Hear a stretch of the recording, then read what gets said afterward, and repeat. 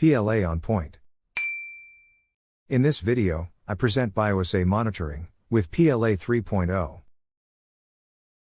In PLA, I can follow a workflow from defining my method in a template to trending critical properties of my assay.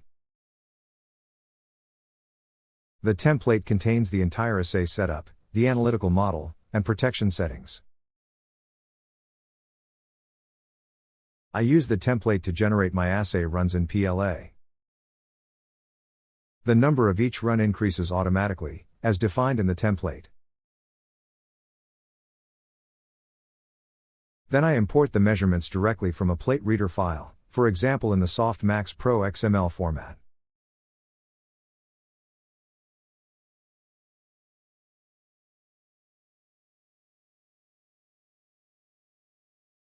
After calculating the assay, the report contains all details about the method and analysis results. All important properties are readily available for monitoring in PLA control charts.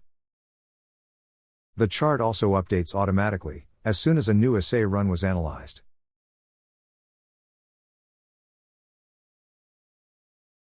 That's Bioassay monitoring with PLA 3.0.